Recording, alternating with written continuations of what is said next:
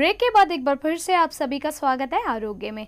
और वैद्य आइए देखते हैं अब आपके कौन से पेशेंट हमारे साथ हैं जिन्होंने आपसे पाया आदर्श उपचार। जी,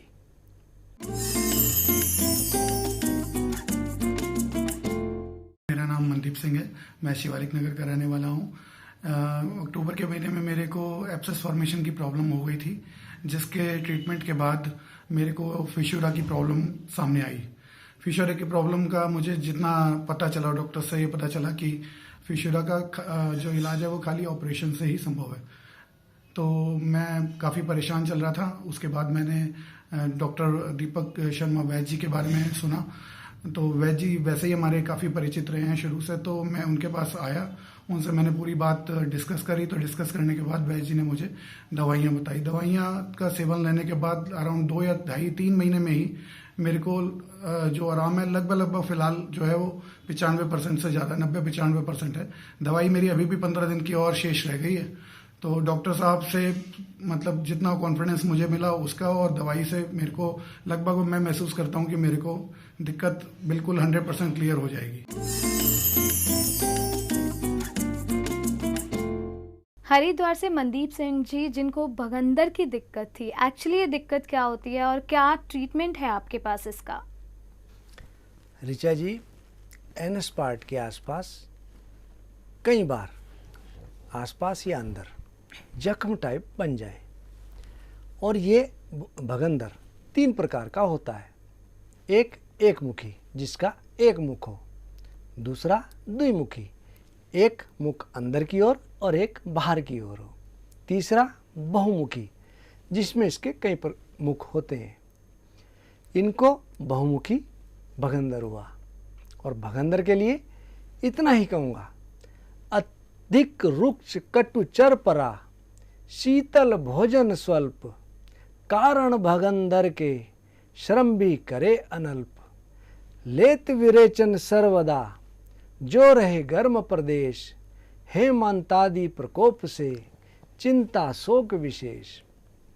इस बीमारी के कई कारण हैं। एक, बहुत ज़्यादा हम चिंता करते हो या दुख में रहते हो, बहुत गर्म जगह रहते हो। आपने देखा होगा यह बीमारी अक्सर ड्राइविंग लाइन में बहुत मिलती है। कई बार हम गाड़ी पर बैठकर एकदम चल देते हैं, गाड़ी की सीट बहुत गर्म होती है, या जिन गद्दी के नीचे इंजन हो अक्सर वहाँ गर्मी बहुत चढ़ती है, तब भी ये बीमारी देखी गई। और बहुत ज़्यादा रूखा या बहुत चरपरा मिर्च मसाले वाला हम भोजन सेवन करें और हमारा फिजिकल वर्क बहुत कम हो। और बहुत से लोग विरेचन चूर्ण बहुत ज़्यादा मात्रा में लेते हैं, अक्सर डेली ही लेते हैं, उनको इस प्रकार की दिक्कत होती है। ये सरदार साहब वैसे तो बहुत सज्जन हैं, लेकिन इनके साथ समस्या ये थी, कई बार हमको मोशन आ रहा है, लैट्रिन आ रही है, हम कर नहीं पाते, पेशाब आ रहा है, कर नहीं पाते। ये अधारणीय वेग है, इनको रोकना नहीं चाहिए।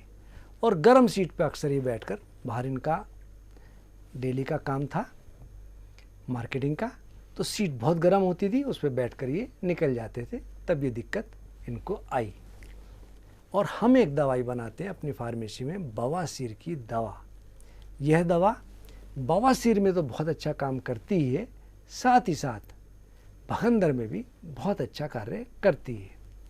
और पाइल्स में हो या भगंदर फिशर हो, उसके लिए भोजन पहले लाभ कर, वटी बवासीर प्राप्त, गोरस या जलपान से, होता अर्श या भगंदर समाप्त। भोजन से पहले यदि हम बवासीर की दवा इसका सेवन करें, और साथ में एक दवा हम बनाते हैं रक्त विकार नाशक, ऊष्वा, चोपचेनी, मजीट और महामंजिष्ट आदि क्वाथ घन सत्व से निर्मित यह दवा इसमें बहुत लाभ करती है। तो मैंने इनको बवासीर की दवा और रक्त विकार नाशक, कब्ज ना रहे इसके लिए प्रवाहिकाहार चूर्ण, साथ में एक भस्म है आयुर्वेद की स्फटिक भस्म। फिटकरी को आप तवे पे भून लें, भूनते भूनते जब वह बिल्कुल पिघल जाए, पानी की तरह हो जाए, उसको और भून लें, फिर ये रबड़ की तरह बन जाती है। इसको उतार कर कूट कर रख लें, ये बनती है स्फटिक भस्म। सुजाक हो या शरीर से कहीं भी ब्लीडिंग हो या शरीर में कहीं घाव बन गया हो जिसमें ब्लड आता हो या पस पड़ गया हो, उसमें यह दवा बहुत अच्छी कार्य करती है। मैंने इनको प्रवाही कारचूर्ण के साथ स्फटिक भस्म सेवन कराई। दूसरा, हम एक तेल बनाते हैं बवासीर के मस्सों का तेल। ये बवासीर के साथ साथ फिशर में भी काम करती है। इसको मैंने दिन में 2 बार अंदर पिच करने के लिए इनको कहा, इन्होंने पिच किया और भगवान के आशीर्वाद से जहाँ इनका जख्म था इस दवाई से इनका ठीक हुआ, भगवान के आशीर्वाद से इनको लाभ हुआ और अब ये बिल्कुल स्वस्थ है। बहुत बहुत शुक्रिया वैद्य जी हमारे साथ शेयर करने के लिए। और हमारे कॉलर भी हमारे साथ जुड़ चुके हैं, आइए जानते हैं क्या समस्या है उनकी। जी हेलो। हेलो जी, कौन बोल रहे हैं? हम विभा देवी बोल रही हूँ, कहाँ से? ऋषिकेश से। बहुत बहुत स्वागत है। वैद्य जी से क्या पूछना चाहते हैं आप? बस जिससे पूछना चाहती हूँ कि मेरा देह में सूजन रहती है, पूरी देह में, ठीक है, जी। और पेट साफ नहीं रहता।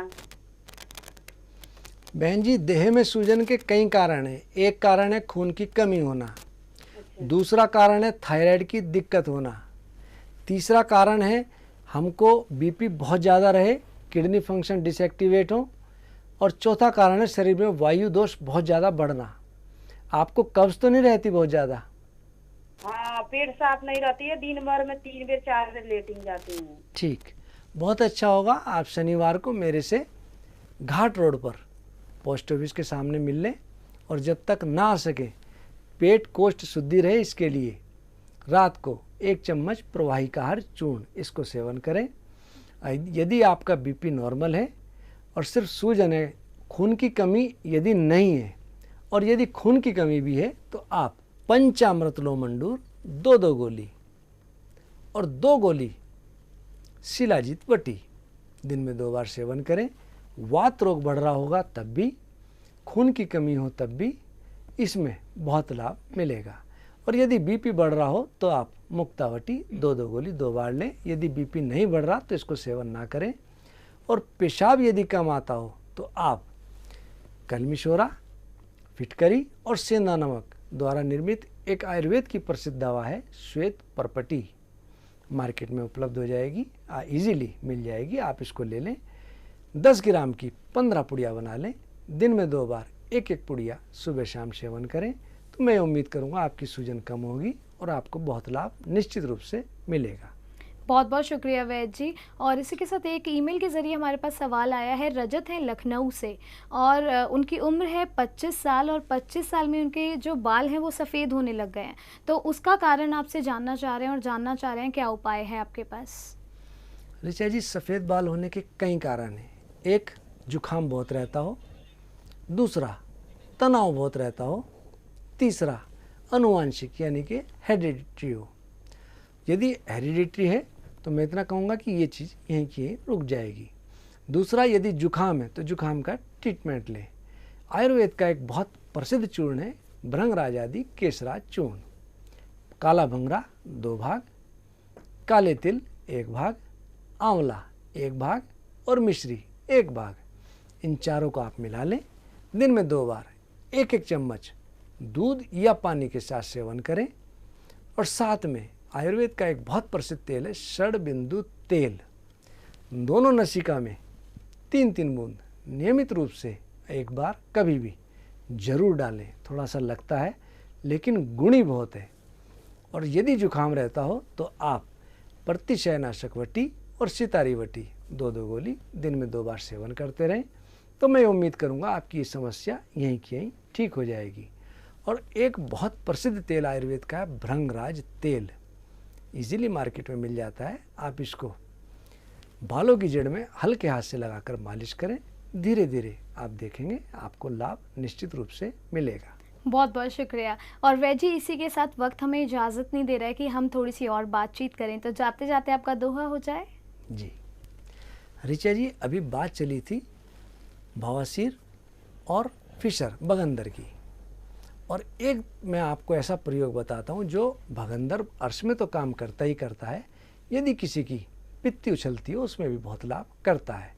शुभ्रा यानी कि स्फटिक भस्म जो मैंने अभी बताई, फिटकरी की भस्म, सीतोपला यानी कि मिश्री, और सोनागेरू एक मिट्टी है स्वर्ण गैरिक के नाम से मिलती है, पंसारी की इजीली मिल जाती है, उसको भून करके प्रयोग करनी चाहिए।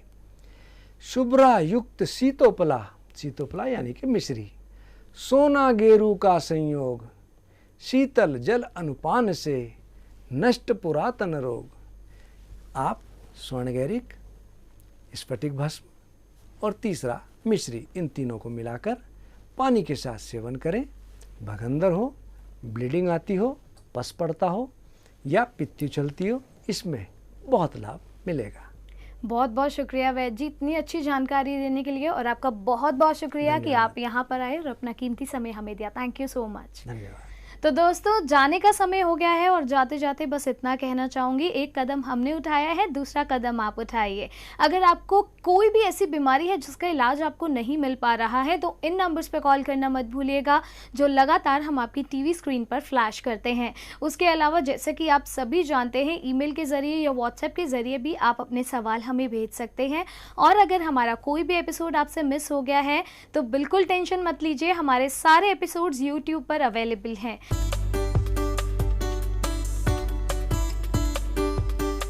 आपसे फिर से होगी मुलाकात, तब तक के लिए अपना ख्याल रखिएगा। नमस्कार।